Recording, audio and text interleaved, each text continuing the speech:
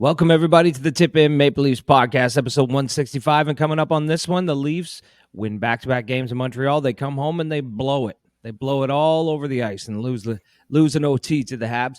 Timmins, after just an incredible start to the preseason, suffers an injury, and what can you do? That's just the story of Connor Timmins.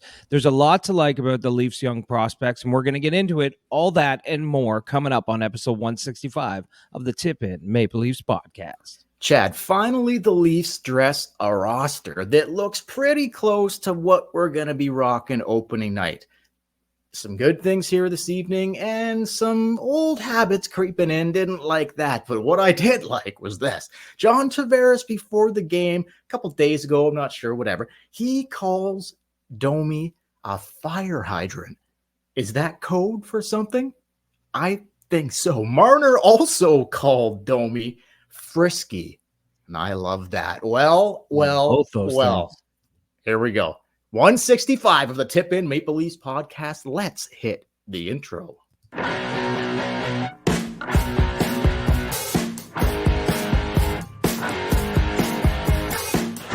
coming out, sends it in a goal. They score! They score! Holy mackerel, they score! The Leafs have won it! They're going to the second round! Do you believe this? Holy mackerel!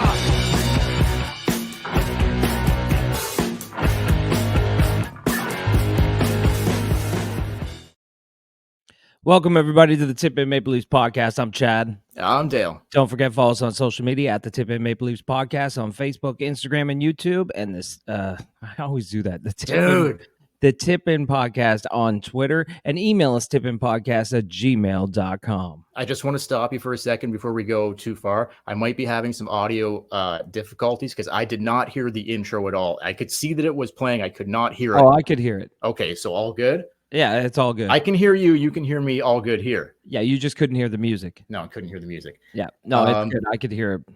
Okay, all good. So what do you think of that? Like fire? So JT calls Domi a fire hydrant. Yeah.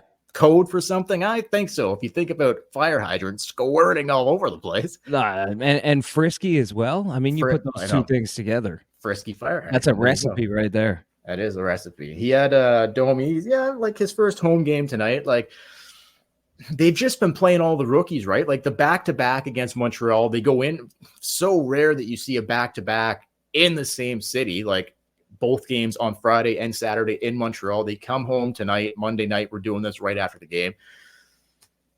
They did not start well in this hockey game. They were down early, they were outshot 7 or 8-0. Then they started coming back and they scored on their first shot on net and whatever. Like preseason, what are you going to do? But I'll tell you this, just quickly, that last goal where it was 4-3 and Montreal pulled the goalie tonight. And dude, Riley and Brody, I got to say, say it. A lot of people are thinking it, so say it. I hate to start negative here because there's a lot of good things about the prospects and stuff like that. But these two fucking guys down low, I don't know what the fuck TJ Brody is anymore. I don't know what this guy is.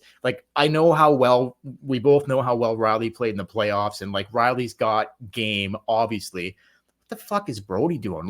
I don't love that pair together. I don't like their defense as a whole, but down low, I know it's preseason, but still, man, make an effort in the corner to win a fucking battle, Brody. You know what? I don't know. Am I nuts here or what? No, you're not nuts. You're not nuts. And this is kind of, it goes back to last season and it's creeping into this season. And you're right, it's preseason or whatever, but I'm totally on board with you. Isn't preseason time to sort of, get your game in order? Work out the frickin' kinks, boys. Yeah, work on those things. So we'll see what Keefe does, if he keeps the pair together or does he have it up. I mean, what is...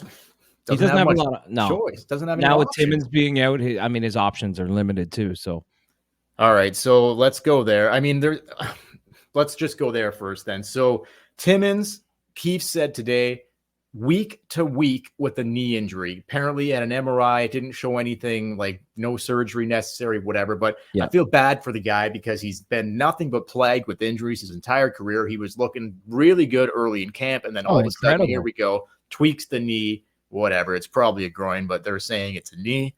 But look, man, so week to week, the fuck does that even mean? A week? I doubt it. 2 weeks? Probably not. Like, it's going to set a major setback. Like, they'll be rolling in well into October, maybe November before we even see this guy.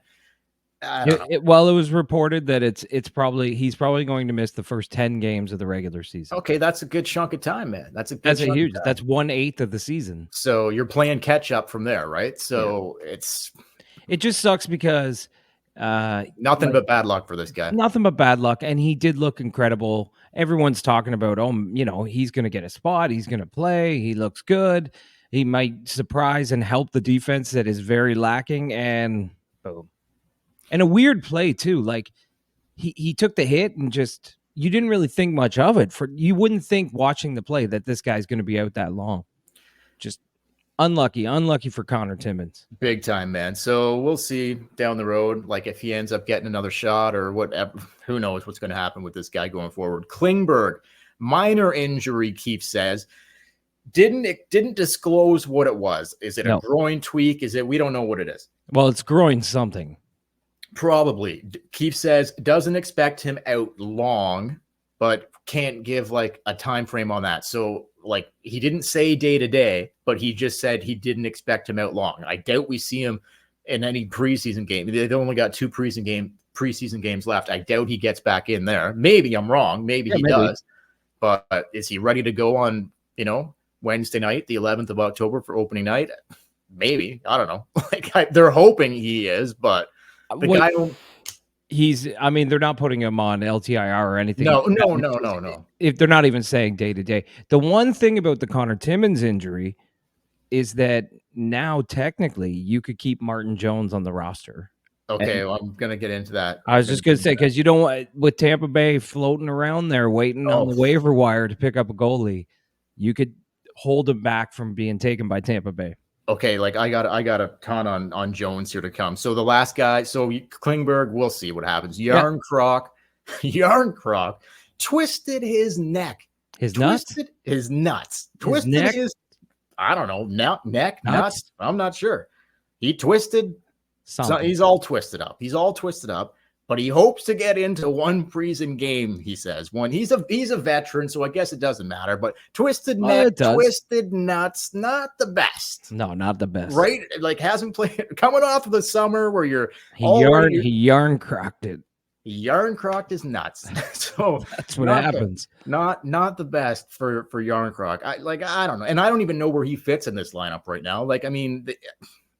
Whose spots he taking? I'm going to get into Gregor and Robertson and whatever, but I don't know. I guess he's a lock because he's making $2 million for the next 3 years, unless isn't he making more than that? No, it's just Is two. It 2? It's flat 2, but maybe Tree Living's okay, maybe I don't know, man. There's just so many balls up in the air right now, I would say, but we'll see what happens. So that's it on the injury front.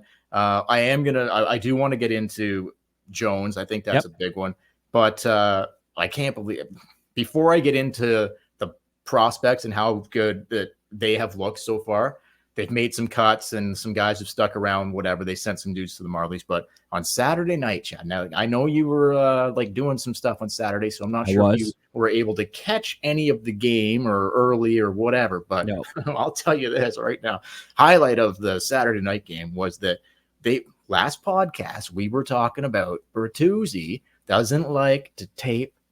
He doesn't like a knob on his stick. He doesn't like any tape on his knob. He likes a loose knob. Saturday night Sportsnet, they did a close-up of Bertuzzi's knob in the pregame warm-up. So he's on the ice. He's stretching it out. He's going crazy. I saw this. Yeah. Sorry. Anyway, so did you see the close-up of the knob? Because it was absolutely incredible. Yeah, it's insane. His whole look is just kind of sloppy. I don't even, is that a good word to describe it? He's got the tongues on the skates hanging out. He's got the no teeth, the hair coming all out of the bucket. His stick honestly looks like he just went into Canadian Tire, grabbed a stick off the shelf and hit the ice. Dude, there's nothing done to it or anything. It's crazy. He's kind of a sloppy looking dude. Oh, I love it. I absolutely love it. Oh, I love it too. But like, I couldn't believe, like, since we were doing, like, on the last podcast when we were talking about how, like, he doesn't use any tape on his knob, and then all of a sudden, like, on Sportsnet on Saturday night, they're doing a feature on, like, the knob of his stick. Incredible stuff, man. Incredible stuff. Anyway, whatever. Let's go to the prospects, I guess. So clearly on Saturday night, the Friday night game and the Saturday night game, Matthew Knies just looked incredible. They were just basically playing all the rookies. There was like a handful of like veterans or even regulars in the lineup. Well, because they had to make the cuts coming up. So, but they were playing. Yeah, I know, but you want to see who's gonna. Most of the guys that they played, they didn't even cut. Like, they're still around. You only have so many preseason games left. Play them. I know. Them. But specifically, not like Knies scored on Friday and Saturday, I believe. Yep. I know he scored on Saturday for sure. He looked great. So on Saturday, Minton scored, Knies scored, Robertson finally got off the schneid and ripped one home. Yeah, Matthew Knies, though, specifically an absolute standout. Both sides of the puck defensively so strong. They've got him killing penalties. He's creating turnovers. He's so strong, like on the boards, like down low. There's nothing this guy. I'm so impressed with a 20-year-old kid and the way this guy looks right now. Man, I think the Leafs have an absolute beauty with this kid going forward. Let's talk a little bit about Matthew Knies. Yeah, I'm 100% agree with you, man. He looked absolutely incredible. I didn't know how he was gonna be the way last season ended, getting his head knocked. Was it Sam Bennett who did that? I think so. Yeah, it was Sam Bennett. I hope when they play Florida that Ryan Reeves has a little talk with Sam Bennett. Just a little talk in the corner for Matthew Knies. But anyway, he has not only has he come back like fully healthy, he looks stronger. He just looks so poised out there. Like, you would think this guy's been in the league 3 or 4 years. He's played like 8 games. Just awesome. It's incredible, man. Like I can't say enough about the guy. Like, there's an absolute steal here. Just again, like I said, both ends of the ice, both ends of the puck, defensively, offensively, the way he's creating turnovers, it's just so impressive. On the penalty kill, he looked really sharp. Like, he got a shorthanded goal on Saturday night. Crazy. Like, can't say enough good things about Knies, but also Fraser Minton. This kid looks like a real deal, a big center iceman. Like, I think he makes potential to make the with how many UFAs they have next summer, real potential for Fraser Minton to be a center iceman for the Leafs next year. And big body, great hockey IQ. Look great with Knies. Oh, absolutely. Like, they have some chemistry there. So impressed. And like Cowan like got out of the gates hot. He still looked good on the weekend, but a little bit of a dip. Like, obviously, like everyone was going nuts over Easton Cowan. But now it's starting. Guys are starting to get their feet under them, starting to play some of the better players. I think on Saturday night, Montreal dressed like a pretty good lineup. A little difficult. That's what makes Matthew Knies so impressive. It just doesn't matter. He was impressive last year in the playoffs, and he's impressive no matter what they're throwing at him so far in the preseason. No, for sure, man. And with Easton Cowan too, like they've kept him around. So they've kept Minton around. Like they sent a bunch I told of guys. You they would do that. They would keep him as long as they can. They only have 2 preseason games left, though. So what do you think the plan is here? Like, what are they going to do? Like, do they see game action again, or they just keep them around for the practices, or what? I have no idea. Like, it's not a back-to-back. They play Thursday and Saturday. Keefe was talking about it. He was asked about it, and he basically said that it's going to be Tree Living and Pridham making the call because they're so tight against the cap. Like, he's like, that's going to play the biggest factor in who makes the team. And but specifically, like, not cutting Cowan and not cutting Minton at this time. Like, what are you doing there? You've seen what you need to see from those guys. They're not making the team. Right, but you could keep them around for a little bit and maybe send them back or do whatever, but will they stick around past preseason? I don't think so. No, definitely 100% no. Yeah, with the ELCs and stuff, you just don't want to burn a year of that for any reason. But they've only got 2 games left. So do you not think they're getting closer to like, okay, like let's just play the roster here? Like, or you think that Cowan and Minton get back into another game? We'll see. I don't want to really make the call. I Yeah, don't it's hard know. to say. I could It's hard see to them say. playing another game, but I could also see tomorrow waking up and they're like, "Oh, Cowan's been sent back to London." Okay, so I'm gonna go here. Robertson. Oh, he On don't set. give a fuck. No, he's got a little burr in his saddle. I like that. But Yeah. he on the weekend, he got on Saturday night, I believe, he got a knob to the nose. He Ooh, had both. I don't know if you saw this. a yarn crock to the nose. He had both nostrils plugged up. I did. I saw that. Because he got a butt end. He got a knob right to the nose. So you could say he had a nose knob.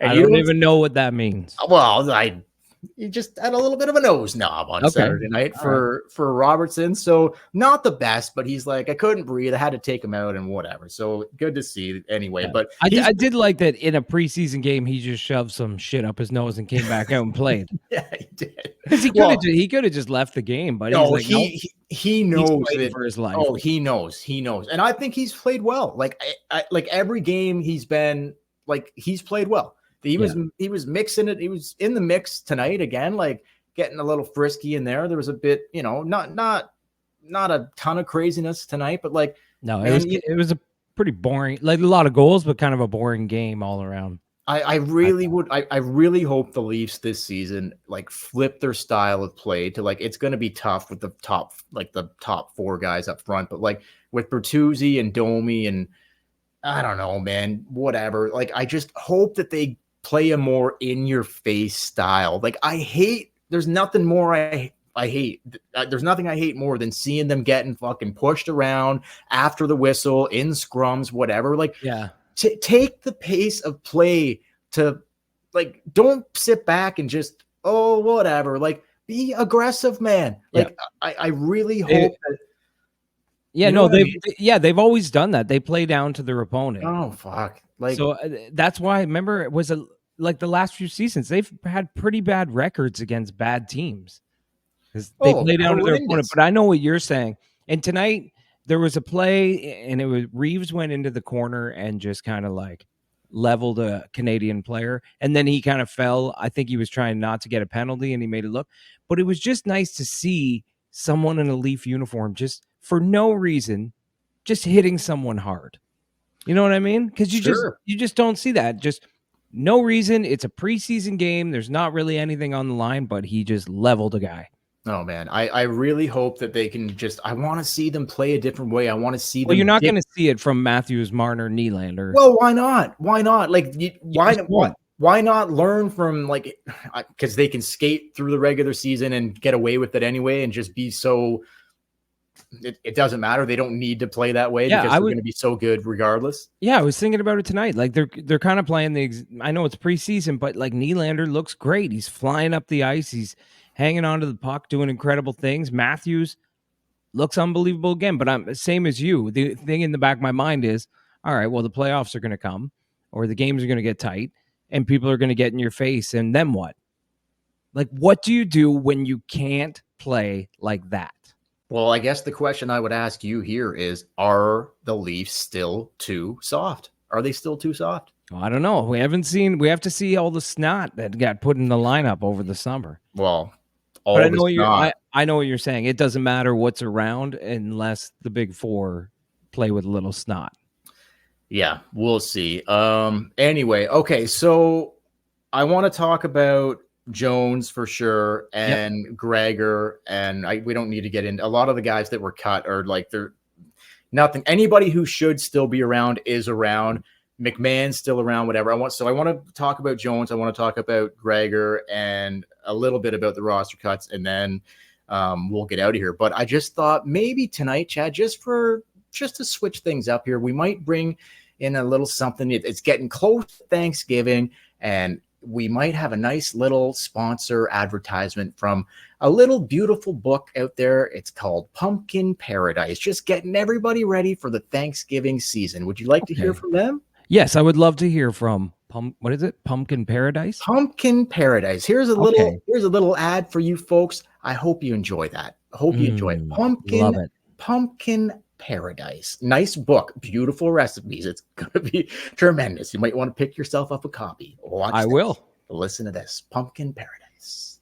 Pumpkin pie. What? pumpkin pecan tart. Let's go. Pumpkin pecan nut bread served a la carte. Hey, y'all, it's your girl Kathy. Thanksgiving's coming up, and you know I got you. I'm gonna be your tour guide through pumpkin paradise. Now watch helplessly as I use the centripetal force of my big tits to mix up this batter. Oh, it's so thick. Coming through. Sprinkle some dank pecan nuggies on top. Let it bake. Oh, it's hot. Cool whip with that money shot. I'm out here stacking these pump cakes. Good Lord almighty. Woo, about to bust a nut. Ooh, it's hot. You a pumpkin head if you can't figure out these directions. Fruit pumpkin cake. I call it frump cake. No luck when I pour it in. Oh, fuck, that's way too much shit. Here, just add a bunch of cranberries, and they'll never know. And for all my Gordo-loving Guidos, here's my pumpkin pasta. What's that? Never had pumpkin soup? Me neither. I don't know. Let's figure this shit out together. Let's get weird, folks. Come on. Put a bunch of shit in a blender with some pumpkin. Turn that shit on. Oh, my God.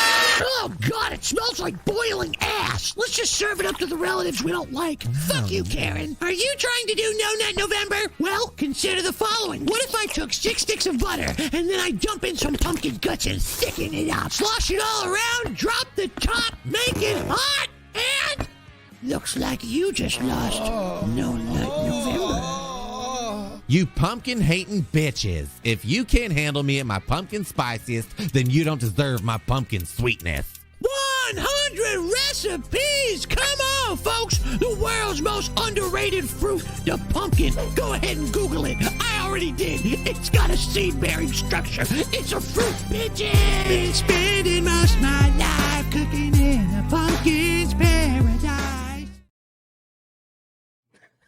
What the fuck was that? Pumpkin paradise. All right, just in time for Thanksgiving, pick yourself up a copy. Now, I'm not going to lie, chat. I am having some serious audio technical difficulties over here. Did it play okay? No problem. I heard it. I heard everything. I heard everything. Some serious issues over here tonight. 2 nights in a row with the old compute here, but anyway. Well, pick yourself up a copy of Pumpkin Paradise, available on Amazon now. There you go, Pumpkin Paradise. Just in time for Thanksgiving. You or your family are gonna absolutely love it. I'll be perfectly honest with you. I fucking hate pumpkin. Absolutely hate pumpkin. Well, it is the season, right? Though I hate pumpkin spice. I hate fucking pumpkin pie. I hate fucking carving pumpkins. I hate going to pumpkin patches. I hate decorating pumpkins. You are not going to want to be picking up a copy of Pumpkin Paradise. I will not pick up a copy of Pumpkin Give Paradise. one to your loved ones, though. Maybe they like a little pumpkin spice. I almost got T-boned by a guy pulling out a Starbucks parking lot, and I honked at him. And then I honked at him because he fucking almost ran into my car. And then he gave me the finger, and we were window to window. And I was like, "Fuck you and your fucking pumpkin spice latte." Yeah, for sure. God. For sure. I hate. Okay, well, that whatever. But I like that lady. Pumpkin Paradise. That's Pumpkin all we're talking Paradise. about. Pumpkin Paradise. Just in time for Thanksgiving. Pumpkin Paradise. Anyway, okay, we'll start wrapping this puppy up here, home stretch. So look, Jones goes in net on Saturday night. It was supposed to be Joseph Woll with the start. Apparently, Joseph Woll is a little under the weather. Has not been feeling the best. I saw his interview from today.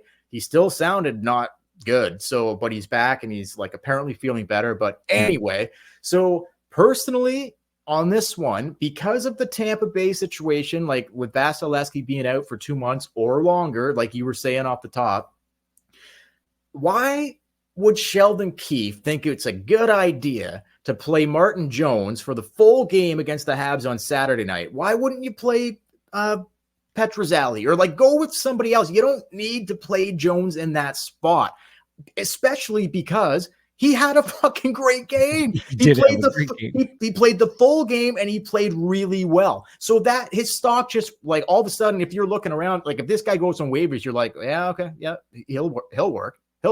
Well, that's what I'm saying. And maybe Keefe knew that with Connor Timmins, being hurt, it frees up. I think Timmins only makes like $1 million, but whatever. It frees up enough that maybe in the roster spot that you could keep Jones around. You have to carry 3 goalies, but you could save them from losing one on the waiver wire. Oh, dude. Maybe Keefe knew that, and he's like, well, I'm going to play Martin Jones and see what we got. I don't think Keefe's Nah, I don't think that was it, He personally. was probably he wanted to win. Yeah, I don't. Okay, but here's the thing with Timmins, Chad. Like, there was no guarantee that Timmins was going to make this team anyway. He might have been starting with the Marlies regardless. Maybe. We don't know. And Gregor needs a contract. Gregor's looked okay, but he's not, to me, like, he's just a dude. He's a fourth line guy. When you've got guys like Holmberg and McMahon in the system, why do you need to sign a guy like Gregor? Why? Like, he's an okay guy, but you can get a Gregor from fucking anywhere, right? Yeah. Like, No, I agree. I mean, I'm all about having as much depth as you can have. Sure, especially come playoff time. But you need to spend. Do you need to spend another $800,000 on a guy when you've already got a Holmberg, you got a McMahon, like you got guys that could come up and play. Yeah, like, I guess it was just one of those things. You just want to see what he's got. But here's where, and he's looked okay. Like, if they end up signing him, I have no problem with that. But regardless of how the Timmins thing plays out, money wise, financially wise, whatever they need to do, I am with you. Three goalies, carry three goalies. Period. Jones has looked really, really sharp when he's been on the ice. Yeah, he's 100% will be taken if they try to send him down. God, 100%. Joseph Wall has played literally a period or 2 periods of hockey, and that's it. So, but he would still get taken if you put him on the waiver wire. I know you can't put Wall on waivers either. I understand you have to keep Wall, but you also have to find a way to keep Jones. So however they do that, whether it's like, however you make it work, make it work. If you start with 6D and 3 goalies and you have to start with 11 forwards, like, to make it work, and you're double shifting for the first couple, whatever, until you are able to figure out, like, however you need to do it, because losing Jones would be from what I've seen out of Jones in this camp, it would be a gigantic mistake, because Petruzzelli and Hildeby next, come on, man. Like, yeah, the next guys up are Petruzzelli or Hildeby. No, you have to carry 3 goalies. They have to be thinking that, right? Oh, yeah. That's probably Pridham's number one job right now, is how do I carry 3 goalies, make the salary cap work, make the roster spots work to carry 3 goalies? Because even if it's not Tampa, somebody's going to take Martin Jones or Joseph Wall off waivers. Of course. Well, the whole Tampa thing, like, as soon as Vasilevsky went down, everybody said the same thing. Well, there goes Martin Jones. Like, he's gone, because what is he, $800,000 NHL experience can get you by for 2 months until it's like the perfect player for Tampa Bay.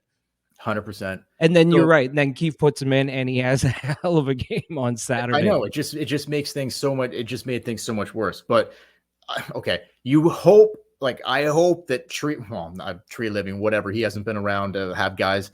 Every single guy they put on waivers plucked off of waivers, but I hope Pridham has seen enough here that he's like, every single dude we put on waivers gets pegged. We can't do it. We can't do it. Especially to a team in your division. Like, if you can do anything to keep Tampa down in the standings, do it. There you go, right? Yeah, carry 3 goalies. I mean, without Vasilevsky, they're still a decent team, but they are nowhere near the Tampa Bay Lightning we've always been accustomed to. So, yeah, if I'm Brandon Pridham, I'm like, I'm keeping all my goalies. Oh, my God. The last thing you need is Jones going to Tampa and having an absolutely incredible couple months and keeping Tampa in the – I think Tampa will still be there anyway. But, like, you know what I mean? Like, that's the last thing you want. Yeah, you don't want to be a reason that Tampa's still there. Oh, God, no. So I don't know, boys. They got some work to do there up in the front office, but I hope they get it figured out. Anyway, Chad, I got nothing else here tonight. Anything else before we go? No. We're trying to get through the preseason as best we can. It's almost over now. Wednesday night at home against Detroit, Saturday night in Detroit, and then a little break, and it starts next Wednesday. That's it, man. The only thing I have to say is let's go Blue Jays. Let's go Blue Jays. Tomorrow in Minnesota to take on the Twins for the wild card. Gosman gets the start. It's going to be great, man. Like, I can't wait. Pregame at 3. It's an afternoon game. Pregame at 3:30. I think it starts at 4:30. So they're going all day. The first game starts at it's pregame 2:30, starts at 3, and then the Jays are at 4:30, and then there's one at 7, and one at 10. So 2 out of 3. So if they can get the first one, I think they got a good shot here. But if all 3 games in mini. Yeah, all 3 games in mini. The winner of that series between the Twins and the Jays will play the Houston Astros. Anyway, yeah. What so did you just before we go quickly on the Blue Jays? the tarps off celebrations. Well, that. But what do you The think best. about? What They do you lost. think about? they backdoored their way. That's in. what I was gonna say. Like they were celebrating, they were going crazy and They everything, lost and I'm both like, games. you didn't do anything to get in. Like Seattle lost, or they would have missed. I think Texas beat Seattle, right? So Texas did you a favor, and Oh, you got into the playoffs. They lost their final 2 games. They got the last the last wild card spot. Yeah, they got the last wild card spot. Wild card spot. So, yeah. No, they backdoored their way in completely. So. I still don't I love baseball. I still don't understand celebrating after celebrating like you've won the championship after everything. Only 12 teams make the playoffs. Right? I know, but could you imagine if it was the NHL and you got the second wild card spot and you were tarps off partying in the dressing room with champagne? I bet you they are. They're just not putting the cameras in there. I bet you they are. But they're out on the field with cigars, taking pictures and stuff. I'm all right, pump the brakes. You guys lost your last 3 games or whatever. I know it is a little much. It is a little much, but I am looking forward to baseball and go Jays go. Yeah, 100%, man. All right, so we'll be back here potentially Wednesday after the Detroit game, or not Wednesday, sorry, potentially Thursday after the Detroit game, and then potentially again Saturday, and then a little maybe preview after that. I don't know. We'll figure it out. We'll be back a couple times. We'll figure it out. But we got some regular season hockey next week. Can't wait. Can't wait to get this preseason over with and get things going for real. But yeah, man, it's so hard to stay invested. The preseason's too long. It should be 2 weeks and then get her going. 8 games is ridiculous. It's ridiculous. It's hard. But anyway, thanks. We got a whole stint coming up this in November. They're going to fucking Sweden. What time are those games going to be played? They're going to Sweden, right? Yeah. But is it 2 weeks? I don't know. It can't be 2 weeks, but I think there's 4 teams going. Them, the Sens, Detroit. I forget Minnesota. Maybe it's the 4th team. I don't know. How long is it? Is it just it's got to be at least a week because every team's going to play each other. Maybe it is 2 weeks. I don't know, but I don't know how we're going to be rocking the Sweden podcast. Well, you'd have to add in the travel, right? You're going to need a couple days both ways. Yeah. So to make it fair, oh god, I could do without that. In November, remember they did that a few years ago, back in the Darcy Tucker, Matt Sundin. They went over and had their training camp in Sweden. Training camp, I think, yeah, but no, right? But they were playing Swiss teams. They were playing Swedish, whatever it's called, the Swedish league teams, and they were just pumping them. It was awesome. Dude, yeah, we'll have to check, man. That's and then Eddie Belfour. I don't know what was wrong with him. Probably out drinking with some Swedish chicks, but he was 45 minutes late to the game. That's how it rolls sometimes. Stay tuned. I believe Belfour Spirits might be making an appearance on opening night. I'm not sure, but I think they're going to be back in the fold. Belfour Spirits. Stay tuned. We'll be working on that. But anyway, thanks everybody for listening. Thanks everybody for grinding through the preseason. We're almost there, getting the real games going. For the Tip In Maple Leafs podcast, you can follow us on Facebook, Instagram, and YouTube at the Tip In Maple Leafs podcast, on Twitter at the Tip In Podcast. Email us tipinpodcast@gmail.com. Keep your questions and comments coming because we will get to them on the show when the regular season starts. Maybe this weekend to fill some time. If you guys want to send us questions, we'll go through them and talk about them. And until then, we will. Yeah, guys, please, if you're watching on YouTube, thumb up the video, subscribe to the YouTube channel. You're not going to want to miss all the content, the great content we're going to be bringing you this season. Hey, man, preseason's almost over. We'll get her cooking for real next week, but we'll be back a few times this week. Like Chad said, thanks for watching. Thanks for listening, guys. Have a good week. Well, we'll be back this week, so whatever. We'll talk in a few days. Have a good few days. We'll catch you later.